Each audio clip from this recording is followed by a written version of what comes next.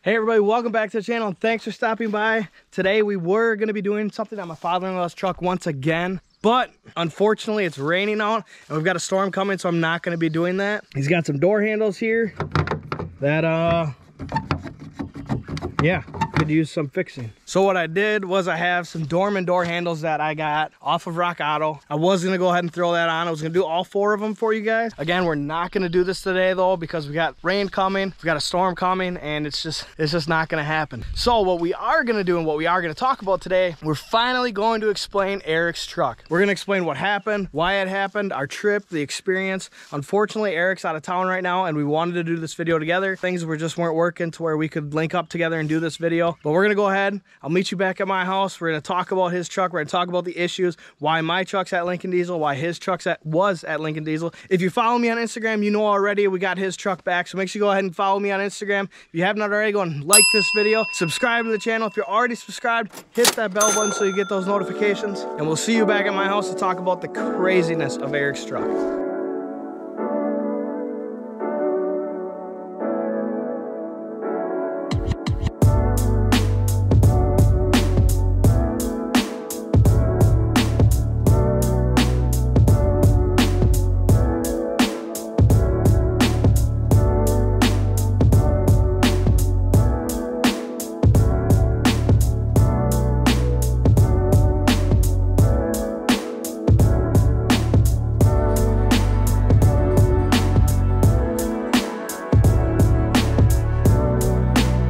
So we're back here at the house, and I gotta tell you, we went down to Oklahoma to buy Eric's truck and everything was looking perfectly fine. The salesman was outstanding. Nothing against the salesman at all. We flew in, I'd say maybe 10:30. We had the paperwork all signed and done around 1:30. We were on the road. We actually turned the wrong way down the highway.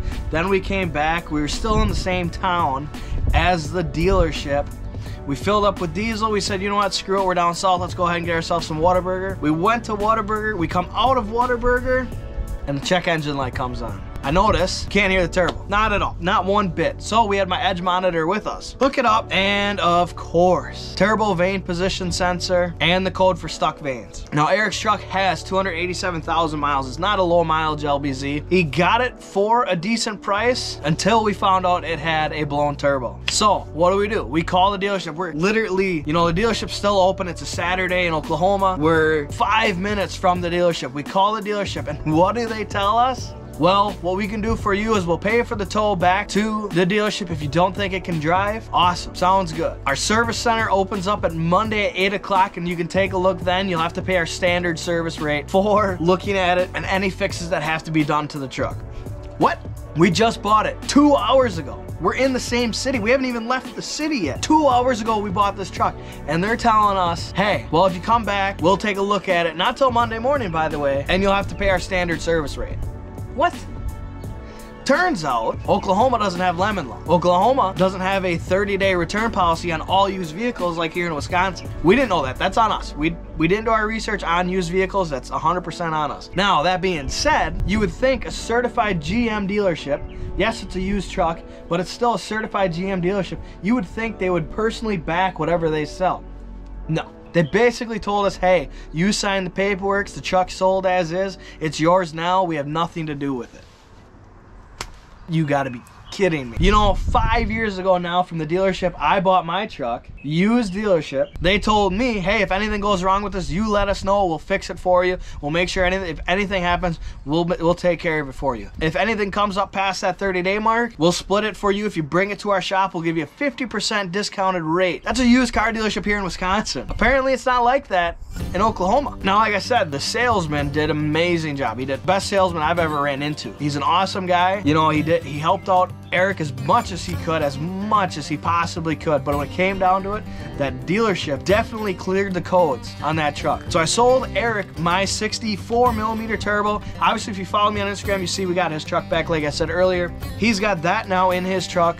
I got the Lincoln Diesel Specialties 68mm turbo that hopefully we're picking up in a couple days here, and so we can get that back on the channel and get those kryptonite traction bars installed for you guys. So they give us that option. Hey, go back to the dealership, we'll take a look at it. We'll take a look at it on Monday for you. Okay, No, that's not happening. So since they basically told us, hey, it's yours, whatever, we're not gonna touch it, we're like, hey, okay, we're on our own, we're screwed.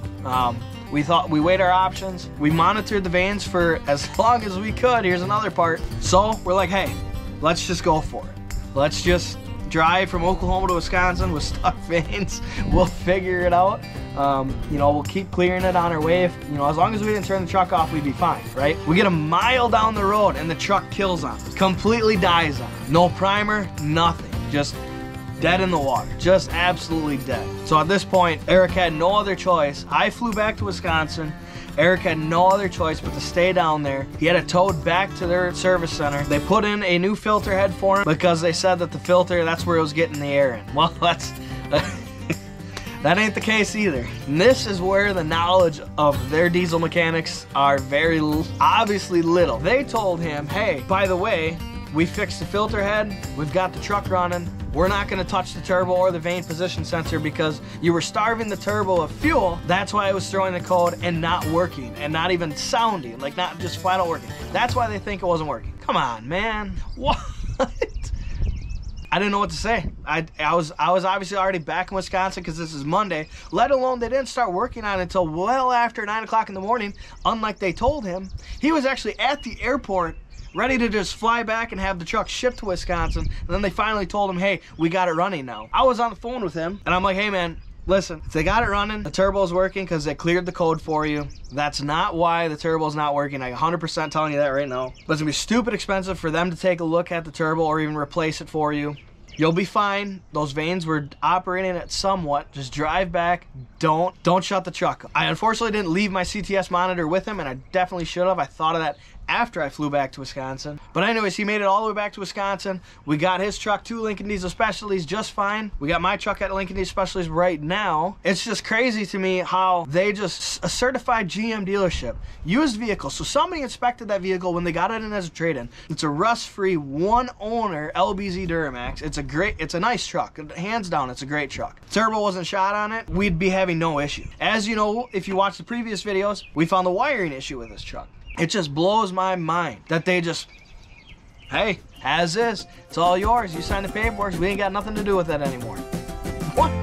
That's not how we operate here in Wisconsin. I don't know about you guys where you're from. That's not how our used car dealerships operate. Even the sketchy, shady ones don't even operate like that. Like, what the heck, man? It's the most unprofessional thing in selling cars that I've seen. But of course, you know, in their eyes, they're perfectly fine. They've done nothing wrong because it's the Oklahoma state law. Well, okay, I get that, but at the same time, you know, the dealership has great reviews and great reputation, but what is this? And in the matter of fact, the salesman did say they have a sister dealership that was jacking their prices up during the COVID stuff on their used vehicles to get more money for them. Then he told us that they got rid of that sister dealership. Well, apparently there's still some bad apples in your company that is doing your used cars completely wrong. That's not how we would have been treated here in Wisconsin. Unfortunately, rust-free vehicles don't exist up here, so we gotta go down south to get them. And I can tell you, I'm not gonna go back to Oklahoma ever to buy a vehicle. But if I'm not buying from a private party, they have paperwork and stuff like that, I'm not gonna trust any Oklahoma dealer from here on out. But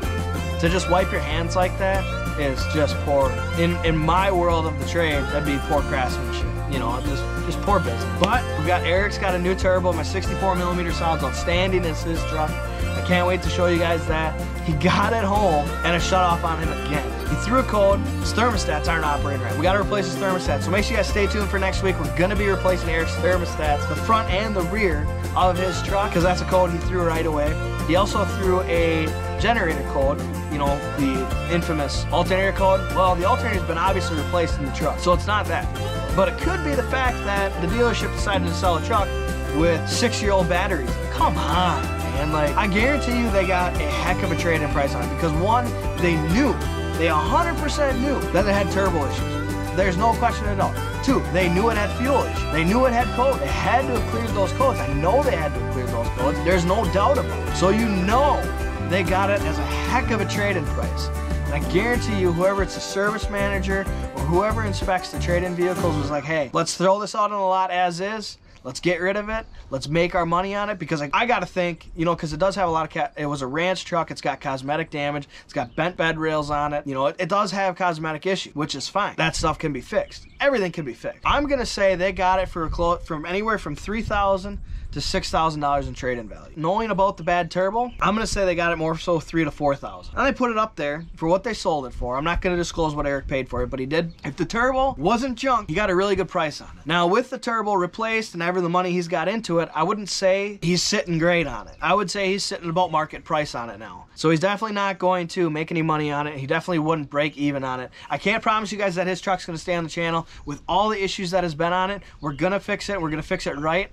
But obviously he's frustrated. I wouldn't blame him at all. Obviously he's beyond frustrated with the situation, the scenario, everything that keeps going wrong with it. The fact that you get it back finally with a new turbo and you throw another coat. I can't blame the guy for wanting to get rid of it. But it will be a good runner once it's all fixed. Thermostats are very easy, so like I said, make sure you guys go ahead and stay tuned for next week when we do those thermostats. I can't promise you guys a second video this week. We'll see how the weather turns out. I might get back over to my father-in-law's and do his door handles for you guys. Like I said, make sure you guys go ahead and like this video and subscribe to the channel. If you're already subscribed, go ahead and hit that bell button so you get those notifications. If you follow me on Instagram, you'll get any updates that I have on any Eric's truck or my truck. Also, if you follow me on Instagram, don't ever hesitate to ask me any questions or anything like that, or even just want to talk. I'm there. I like interacting with every single one of you guys. Every day I post on TikTok, every day I post on Instagram. You know, I post here twice a week. With everything going on with the trucks, it's been kind of hit and miss for twice a week. I apologize for that. I'm doing the best I can with what I have. But like I said, I'm mind blown by the experience we had, because everything was great until everything went wrong. And I have remorse for Eric. You know, it's his first diesel truck. It is a really nice truck, to be honest with you guys. It truly is a nice truck. Once this is all fixed, he is gonna have a great running truck that's gonna last him a very long time. That 64 is gonna be his last turbo he'll ever have to put into it. In fact, it's still got 1-year warranty on it. He went ahead and deleted it right away since it was at Lincoln Diesel. We put a single tune in it. You know, he's just gonna tow his Jeep with it. Not gonna do anything crazy with it. But it is a really nice truck. Don't get that mixed up in this video at all. It is a really nice truck. It's just really shady and really crappy the way the dealership treated the situation. And I say that only because that's not how we would have been treated here in Wisconsin. I don't know about you guys in your states. Go ahead and, if you're still hanging on for this long video, go ahead and hit those comments below if you are mistreated by used car dealers in your states. Because hey, you know, if I get a heads up from states that I should not buy trucks from, Oklahoma, #1 on the list. Don't ever buy a vehicle from it if you're not from there. Or in fact, I wouldn't even buy a used vehicle from Oklahoma.